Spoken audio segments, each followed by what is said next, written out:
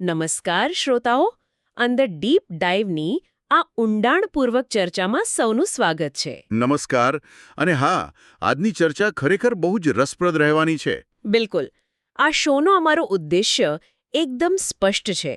શ્રોતાઓ દ્વારા મોકલવામાં આવેલા સ્ત્રોતો એટલે કે લેખો હોય કે પુસ્તકોના અંશો, તેમાંથી સૌથી રસપ્રદ અને જ્ઞાનવર્ધક માહિતી તારવીને રજૂ કરવી. સાચી વાત છે. અને આજે આપણી પાસે એક એવો સ્ત્રોત છે જે આજના ડિજિટલ યુગમાં એક આશાનું કિરણ બની શકે તેમ છે. હા, તો આજની આપણી ચર્ચાનો વિષય છે ગુજરાતી ગૌરવ ફાઉન્ડેશન. જો આ કોઈ પહેલેથી બનેલી પરંપરાગત સંસ્થાની વાત નથી.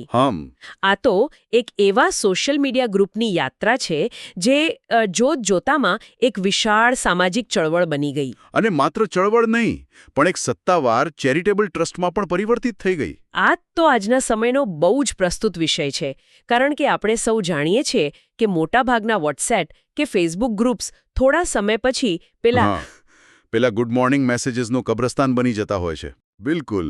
લોકો ધીમે ધીમે નિષ્ક્રિય થઈ જાય છે અથવા તો કંટાળીને ગ્રુપ છોડી દે છે. પણ આજના સ્ત્રોતમાં જે કેસ સ્ટડી છે તે આખી ડિજિટલ કમ્યુનિટી બિલ્ડિંગની વ્યાખ્યાને જ બદલી નાખે છે. ચાલો આ બાબતને વિસ્તારથી સમજીએ. ચોક્કસ. સ્ત્રોતમાં આપેલા આંકડાઓ પર નજર કરીએ તો શરૂઆતનું ચિત્ર ખૂબ જ સ્પષ્ટ થાય છે. ગુજરાતી ગૌરવ ફાઉન્ડેશનના ફેસબુક ગ્રુપમાં બહુ જ ઝડપથી 3000થી વધુ લોકો જોડાઈ ગયા. 3000? અને એ પણ માત્ર ફેસબુક પર? હા, અને વાત માત્ર ફેસબુક પૂરતી સીમિત ન રહી. ટેલિગ્રામ પર 2000 જેટલા મેમ્બરો અને વોટ્સએપ પર તો 5000થી પણ વધારે મેમ્બરો જોડાયા. એટલે કે ટોટલ ગણીએ તો કુલ મળીને ખૂબ જ ટૂંકા સમયગાળામાં 13000 જેટલા ગુજરાતી ભાઈ બહેનો આ પ્લેટફોર્મ પર એકત્ર થયા.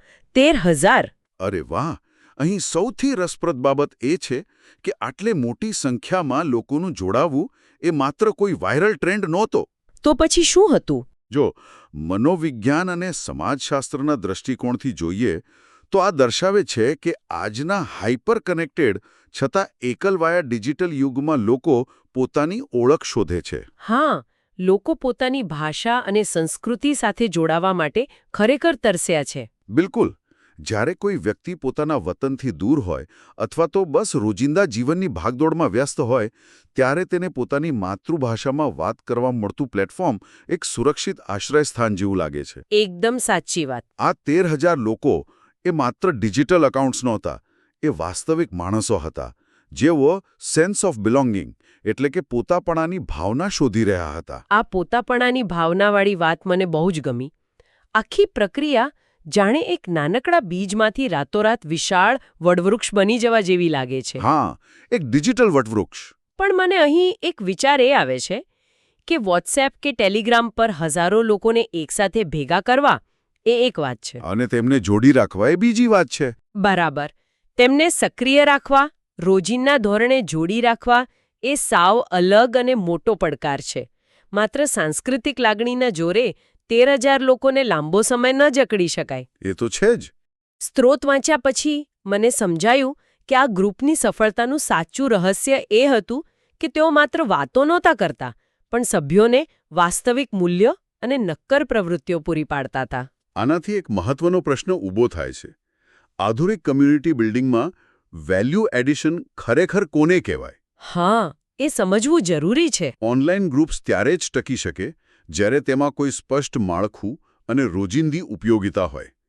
સ્ત્રોતમાં દર્શાવ્યા મુજબ આ ગ્રુપે એક આયોજનબદ્ધ દિનચર્યા ઊભી કરી હતી. તે કોઈ રેન્ડમ ચેટરૂમ નહોતો.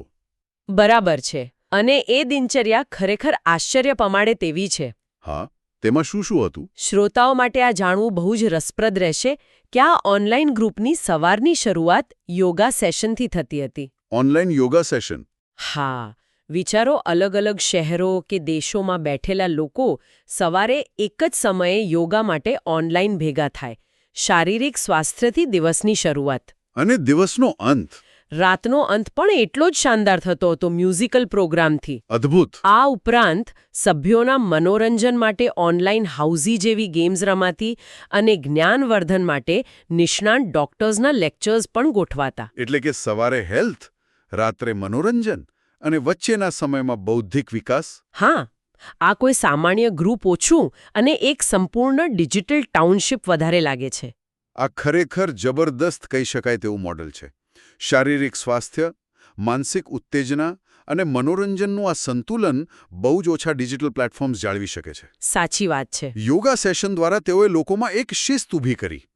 જ્યારે તમે રોજ સવારે એક જ સમયે સમાન લોકોના સમૂહ સાથે કોઈ પ્રવૃત્તિ કરો છો, ત્યારે એક અદૃશ્ય બંધન બંધાય છે. અને પેલા ડોક્ટરોના લેક્ચર્સ? હા, એવા લેક્ચર્સ એવા સમયે બહુ ઉપયોગી સાબિત થાય છે, જ્યારે ઇન્ટરનેટ પર મેડિકલ માહિતીનો ઓવરલોડ હોય અને સાચી સલાહ મેળવવી અઘરી હોય.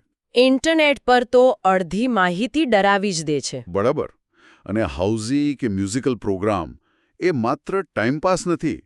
તે રોજિંદા સ્ટ્રેસને દૂર કરવા માટેનું એક સામાજિક માધ્યમ છે, જ્યાં કોઈ સ્પર્ધા નથી, માત્ર આનંદ છે. આ સામાજિક માધ્યમની વાતમાં એક બહુ મોટો ઉમેરો આ ગ્રુપના વિશિષ્ટ વેબિનાર્સે કર્યો. ઓ હા, વેબિનાર્સ. સ્ત્રોતમાં સ્પષ્ટ ઉલ્લેખ છે કે આ પ્લેટફોર્મ પર માત્ર સ્થાનિક વાતો નહોતી થતી, પણ આંતરરાષ્ટ્રીય સ્તરનું માર્ગદર્શન મળતું હતું. જેમ કે? દાખલા તરીકે સંગીતા જોશી અને ડોક્ટર સુધીર શાહ જેવા અનુભવી મહાનુભાવોએ અમેરિકાના વિઝા મેળવવાના પોતાના અનુભવો શેર કર્યા. આ બહુ જ પ્રેક્ટિકલ અને ઉપયોગી માહિતી કહેવાય. બિલકુલ. વિઝા પ્રોસેસ કેટલી જટિલ હોય છે તે આપણે સૌ જાણીએ છીએ. અને તેમાં પણ જ્યારે કોઈ પોતાના જ સમુદાયની વ્યક્તિ માર્ગદર્શન આપે, ત્યારે તેનો વિશ્વાસ અનેક ગણો વધી જાય છે. હા, પોતાની ભાષામાં કોઈ સમજાવે એની વાત જ અલગ છે. આટલું જ નહીં, કેન્યાના જંગલોની સફર અને છેક અલાસ્કાની ક્રૂઝના વેબિનાર પણ આ પ્રોગ્રામોમાં યોજાયા. અલાસ્કાની ક્રૂઝ? હા, ફેસબુક ગ્રુપમાં. હા. કોઈ વડીલ કે યુવાન પોતાના ઘરમાં બેઠા બેઠા આખી દુનિયાની સફરનો વર્ચ્યુઅલ અનુભવ મેળવી શકે, એ પણ પોતાની માતૃભાષામાં. આ વેબિનાર્સનું આયોજન એ દર્શાવે છે કે ગ્રુપના સંચાલકો સભ્યોની વિવિધ જરૂરિયાતોને ખૂબ ઊંડાણથી સમજતા હતા. બિલકુલ. જ્યારે તમે અલાસ્કાની ક્રૂઝ કે કેન્યાના જંગલોની વાત કરો છો, ત્યારે તે માત્ર પ્રવાસન માહિતી નથી રહેતી. તે લોકોના દૃષ્ટિકોણને વિશાળ બનાવે છે. અને કદાચ એવા પણ લોકો હોય જે ક્યારેય ત્યાં જઈ ન શકે. હા, ઘણા સભ્યો એવા પણ હશે જે કદાચ ક્યારેય અલાસ્કા ન જઈ શકે, પણ આ વેબિનાર્સ દ્વારા તેઓ એ અનુભવનો હિસ્સો તો બની જ શક્યા. સાચી વાત. આ બધી પ્રવૃત્તિઓ ભેગી મળીને એક વર્ચ્યુઅલ ફેમિલી અથવા આભાસી પરિવારની ગરજ સારે છે. વર્ચ્યુઅલ ફેમિલી, આ બહુ સાચો શબ્દ પ્રયોગ છે. હા, એક એવો પરિવાર જ્યાં વડીલોના અનુભવની કદર થાય છે, યુવાનોની જિજ્ઞાસા સંતોષાય છે અને દરેક સભ્યને કંઈક નવું શીખવા મળે છે. પણ જુઓ, જ્યારે કોઈ સમૂહ વર્ચ્યુઅલ ફેમિલી બની જાય અને તેમાં 13,000 જેટલા સભ્યો હોય, ત્યારે સ્વાભાવિક છે કે વહીવટી પ્રશ્નો પણ ઊભા થાય. હા, મેનેજમેન્ટ તો કરવું જ પડે. દરેક સભ્યની અપેક્ષાઓ હોય, કાર્યક્રમોનું આયોજન કરવાનું હોય અને આટલા મોટા સમૂહમાં કોઈ ગેરવહીવટ ન થાય તેનું ધ્યાન રાખવાનું હોય. હવે અહીં જે વાત આવે છે તે ખરેખર ખૂબ જ રસપ્રદ છે. શું થયું પછી? આ જોડાણ અને આ ઊર્જા માત્ર ઓનલાઈન ચેટિંગ કે વિડિયો કોલ્સ પૂરતી સીમિત ન રહી. આ ડિજિટલ સ્વપ્ને એક બહુ મોટો અને ઐતિહાસિક કૂદકો માર્યો. અચ્છા. સ્ત્રોતમાં જણાવ્યા અનુસાર આ ગ્રુપમાંથી પ્રેરણા લઈને ગુજરાતી ગૌરવ ફાઉન્ડેશન ચેરિટેબલ રાષ્ટ્રીય ટ્રસ્ટની સત્તાવાર સ્થાપના કરવામાં આવી. હા, એક સામાન્ય સોશિયલ મીડિયા ગ્રુપ અને એક સામાજિક ચળવળ વચ્ચેનો સૌથી મોટો તફાવત છે. હું પણ એ જ વિચારતી હતી. ઓનલાઈન અનૌપચારિક સમૂહમાંથી ઓફલાઈન ઔપચારિક અને કાયદેસર સંસ્થા તરફની આ ગતિ એ આ ગ્રુપના નેતૃત્વની ગંભીરતા અને દૂરંદેશી દર્શાવે છે. બિલકુલ. 90% ઓનલાઈન કમ્યુનિટીઝ આ તબક્કે પહોંચી જ નથી શકતી, કારણ કે ટ્રસ્ટ બનાવવું એ માત્ર કાગળ પર સહી કરવાનો વિષય નથી. બરાબર, કારણ કે જ્યારે તમે વોટ્સએપ ગ્રુપના એડમિન હો, ત્યારે તમારી જવાબદારી માત્ર કોઈ વાંધાજનક મેસેજ ડિલીટ કરવા પૂરતી હોય છે. હા, એ બહુ સરળ કામ છે. પણ જ્યારે તમે કોઈ રાષ્ટ્રીય ચેરિટેબલ ટ્રસ્ટના ટ્રસ્ટી બનો છો, ત્યારે વાત આખી બદલાઈ જાય છે. સ્ત્રોતમાં આ ટ્રસ્ટના સ્થાપક ટ્રસ્ટીઓના નામનો ગર્વભેર ઉલ્લેખ કરવામાં આવ્યો છે. કોણ કોણ છે આ સ્થાપકો? તેમાં કલાબેન, ઉષાબેન પટેલ, પ્રજ્ઞાબેન મોરજરિયા, મીનાબેન ઠક્કર, રસિકભાઈ લાખાણી અને દીપકભાઈ કેસરિયાનો સમાવેશ થાય છે. આ બહુ મોટી જવાબદારી લીધી કહેવાય. હા, અને આ પુસ્તક અથવા લેખના જે લેખક છે તેમણે પોતે પ્રેસિડેન્ટ તરીકેની આકરી જવાબદારી સ્વીકારી. ખરેખર પ્રશંસનીય છે. આ નામો માત્ર યાદી પૂરતા નથી. આ એવા લોકો છે જેમણે પોતાનો સમય, શક્તિ અને કદાચ આર્થિક સંસાધનોનું પણ રોકાણ કરીને એક ઓનલાઈન વિચારને જમીન પર વાસ્તવિકતાનું સ્વરૂપ આપ્યું છે. આ પગલાંનું વહીવટી અને સામાજિક મહત્વ સમજવું અત્યંત જરૂરી છે. હું પણ એ જ જાણવા માંગતી હતી કે આનાથી શું ફરક પડે. જુઓ, જ્યારે કોઈ ચેરિટેબલ રાષ્ટ્રીય ટ્રસ્ટની સ્થાપના થાય છે ત્યારે તે સંસ્થા કાયદાકીય માળખામાં પ્રવેશે છે. તેનો અર્થ એ કે હવે ઓડિટ થશે, નિયમો હશે અને પારદર્શિતા ફરજિયાત બનશે. હા, એટલે કોઈ મનમાની ન કરી શકે. બરાબર. આ દર્શાવે છે કે સંચાલકોનો આશય માત્ર થોડા સમય પૂરતો વાહવાહી મેળવવાનો નહોતો. ઓનલાઈન ઊર્જાને કાયદેસર સંસ્થામાં વાળવી એટલે કે ભવિષ્યની પેઢીઓ માટે એક મજબૂત પ્લેટફોર્મ તૈયાર કરવું. લાંબા ગાળાનું વિઝન છે આ. બિલકુલ. એક ટ્રસ્ટ તરીકે કામ કરવાથી જવાબદારી આવે છે, જેને આપણે એકાઉન્ટેબિલિટી કહીએ છીએ. હા.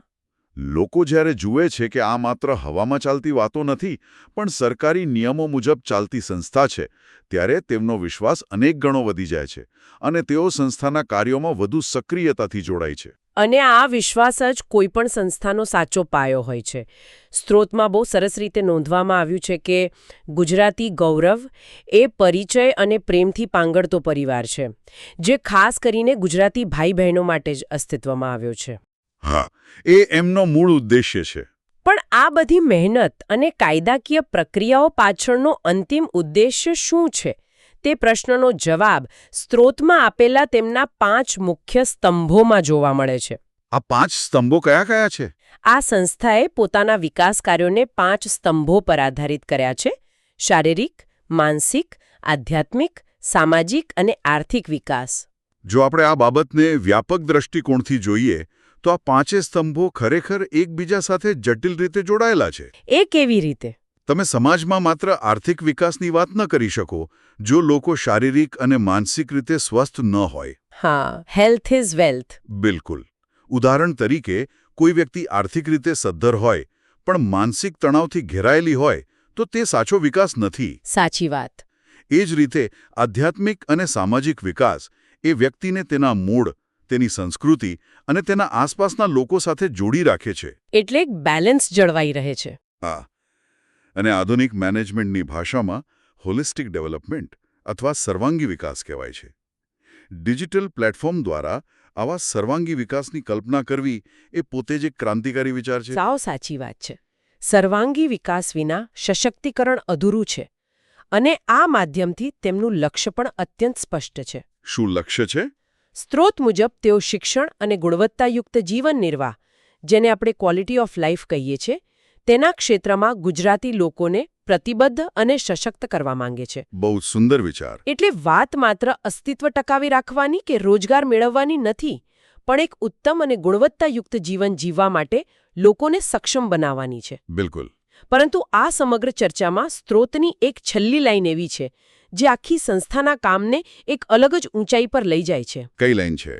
તેમાં સ્પષ્ટ લખ્યું છે કે ગુજરાતી ગૌરવ ફાઉન્ડેશન આ તમામ વસ્તુઓ, આ બધા જ પ્રોગ્રામ્સ અને પ્રવૃત્તિઓ સમુદાય માટે ઓછામાં ઓછા પૈસે ઉપલબ્ધ કરાવે છે.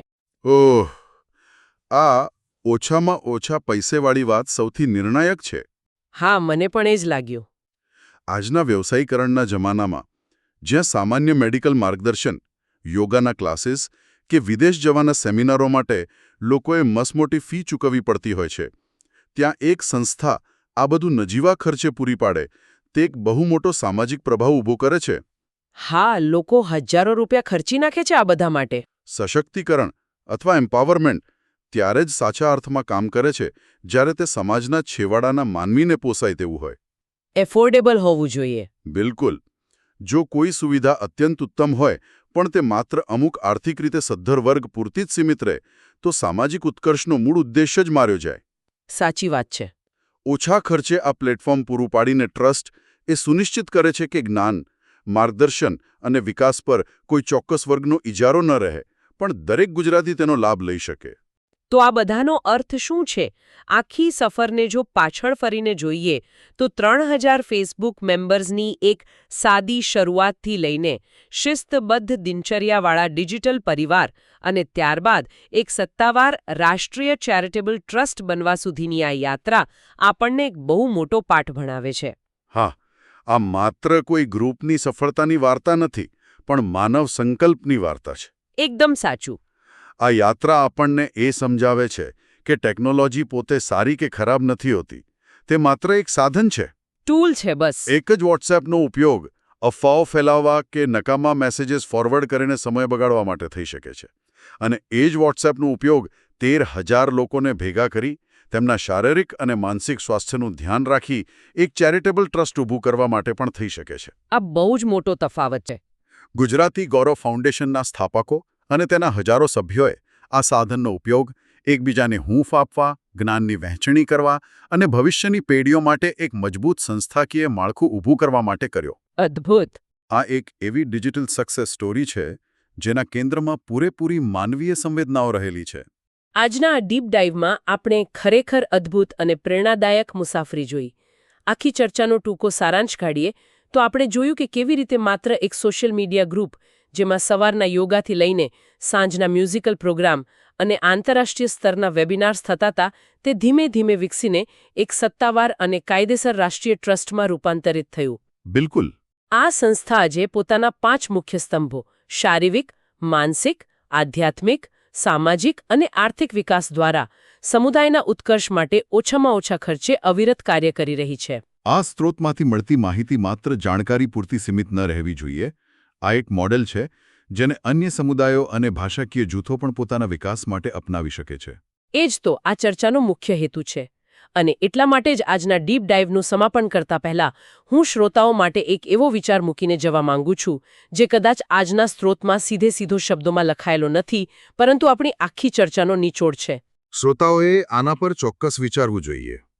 જ્યારે એક સામાન્ય લાગતું સોશિયલ મીડિયા ગ્રુપ સાચી દિશા અને નિસ્વાર્થ નેતૃત્વ હેઠળ આટલા ટૂંકા સમયમાં હજારો લોકોના જીવનમાં ગુણવત્તાયુક્ત અને સકારાત્મક પરિવર્તન લાવી શકે છે, એક આખું ચેરિટેબલ ટ્રસ્ટ ઊભું કરી શકે છે, તો પછી આપણે સૌ આપણા રોજિંદા ડિજિટલ કનેક્શન્સનો ઉપયોગ માત્ર મનોરંજન માટે ન કરતા આવા સામુદાયિક ઉત્કર્ષ માટે શા માટે ન કરી શકીએ?